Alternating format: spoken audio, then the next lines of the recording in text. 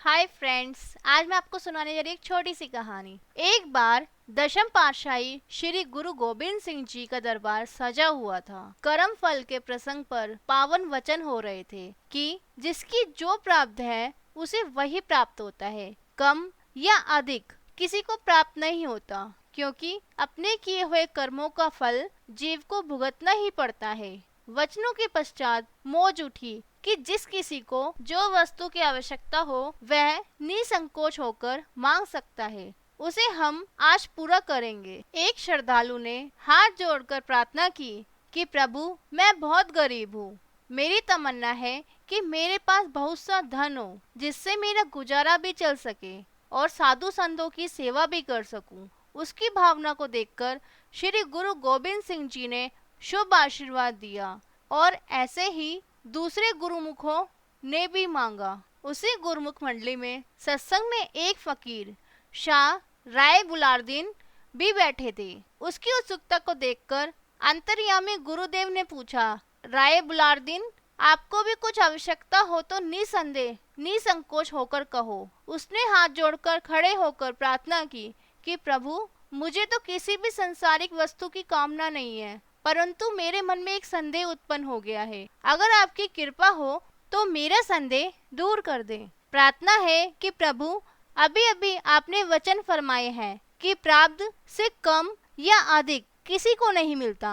अपने कर्मों का फल प्रत्येक जीव को भुगतना ही पड़ता है। तो मेरे मन में संदेह हुआ कि अभी जिसे आपने लखपति होने का आशीर्वाद दिया है, जब इनकी तकदीर में नहीं है तो आपने कहां से दे दिया।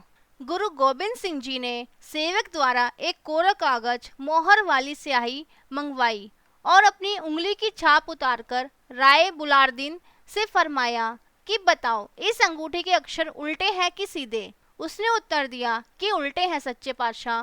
फिर स्याही में डुबोकर कोरे कागज पर मोहर छाप दी। अब पूछा, बताओ, अक्षर उल्टे हुए हैं कि सीधे। उत्तर दिया कि महाराज, अब सीधे हो गए हैं। वचन हुए कि तुम्हारे प्रश्न का तुम्हें उत्तर दे दिया गया है। उसने विनय की, भगवान, मेरी समझ में कुछ नहीं आया। गुरु गोबिंद सिंह जी ने फरमाया, जिस प्रकार छाप के अक्षर उल्टे थे लेकिन स्याही लगाने से छापने पर वे सीधे हो गए, इसी तरह ही जिस जीव के भाग्य उल्टे हो और अगर उसके मस्तक पर संत सदगुरु के चरण कमल की छाप लग जाए तो उसके भाग्य सीधे हो जाते हैं। संत महापुरुषों की शरण में आने से जीव की किस्मत पलटा खा जाती है।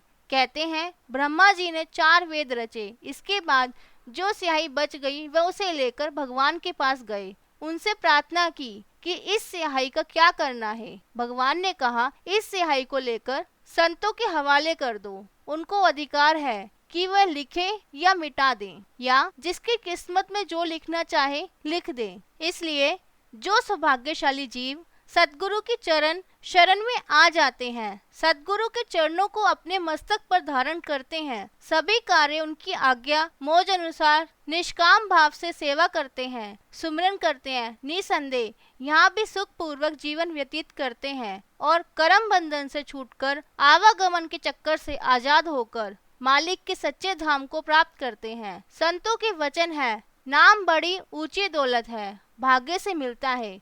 जो भाग्य से मिला है तो इसकी कदर करो। बुल्ले शाह ने भी कहा है, असते वख नहीं, देखन वाली अख नहीं, बिना शोथी दूजा कख नहीं।